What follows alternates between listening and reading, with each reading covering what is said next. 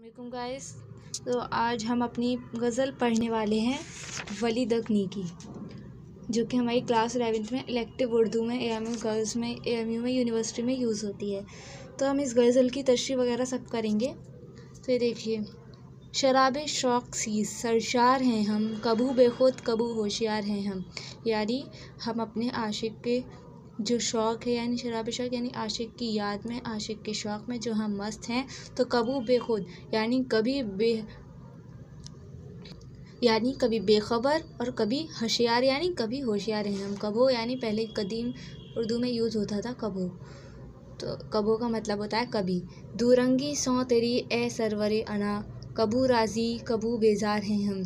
यानी दूरंगी सौ तेरी यानी तेरी 100 मक्कारियाँ, ए सरवर यानी सरवर एक बहुत अच्छी उसके लिए यूज़ होता है, कीमती दरख्त के लिए।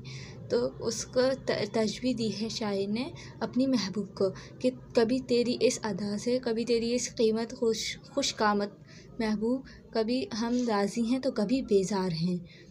काबू तेरे तस्खीर करने में सरीजन, कबू नादा कबू अय्यार हैं हम। यानी तेरे तस्खीर करने में यानी तुझे काबू करने में कभी सरीजन यानी माशूक यानी आशिक जो महबूब है उसका, कभी तेरे महबूब तुझे काबू करने में कभी तो हम बहुत ज़्यादा नादा हैं और कबू अय्यार हैं हम, यानी कभी अय्यार हैं यानी बहुत ज़्यादा चालाक हैं। सनम तेरे नैन की आरज़ू में, कबू सालिम कबू बीमार हैं। तेरे नैन की आरज़ू में, नैन यानी आँखें, यानी तो वो कह रहे हैं नैन की आरज़ू में यानी तेरे दीदार की आरज़ू में, तेरे दीदार की याद में कभी तो बहुत ज़्यादा तंदुरुस्त रहते हैं हम, कभी बीमार रहते हैं हम। वली वस्लो जुदाई सौ सनम की, कबू सहरा कबू गुलजार हैं हम। वस्लो जुदाई यानी वस्ल यानी मुलाकात और जुदाई यानी जुदाई सौ सनम की, यानी वली कह रही हैं कि ए सनम तेरी जो जुदाई और मुलाकात है तो कभी हम सहरा बन जाते हैं तो कभी गुलजार यानी सहरा यानी जंगल बन जाती हैं, बहुत ज़्यादा वीरान हो जाती हैं। कबू गुलजार हैं हम यानी खिल जाते हैं जब तू हमें मिलता है। तो इसकी ये देखिए लफ्ज़ देख लेते हैं। सीस यानी से और यह सरशार यानी मस्त। फिर देखिए, बेखुद यानी बेखबर या मदहोश, दूरंगी मक्कारी, सौ से सरवारी अना, अभी मैंने बताया था सरों का खूबसूरत दरख्त, मुराद खुशकामत माशूक, कबू कभी, तस्खीर काबू में करना, सरीजन माशूक यानी जो हमारा आशिक है, सालिम तंदुरुस्त, सनम बुत माशूक, सनम भी हम माशूक को ही कहते हैं। वस्ल मुलाकात, सहरा रेगिस्तान बयाबान जंगल, गुलजार चमन या बाग।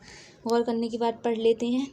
यानी यही किया है, इसमें बताया गया है कि दक्कनी कोई अलग ज़ुबान नहीं है बल्कि ये उर्दू की ही एक पुरानी शक्ल है।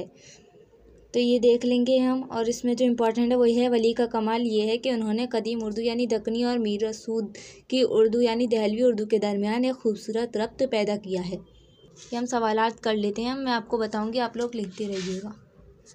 दक्कनी उर्दू ज़बान की ही एक शक्ल है या कोई दूसरी ज़ुबान है? तो अभी मैंने बताया लास्ट पेज पे गौर करने की बात में ये लिखा है, दक्कनी कोई अलग ज़ुबान नहीं बल्कि ये उर्दू की ही एक पुरानी शक्ल है। दक्कनी कोई अलग ज़ुबान नहीं बल्कि उर्दू की ही एक पुरानी शक्ल है। फिर है, दक्कन में गज़ल से पहले किस सनफ़ सकन को ज़्यादा मकबूलियत थी? तो ये हमने यहाँ पे पढ़ा था, गज़ल में सबसे ज़्यादा मकबूलियत मसनवी को थी। ये लिख रहा है, ये है वली से पहले दक्कन में मसनवी की सनफ़ ज़्यादा मजबूत थी।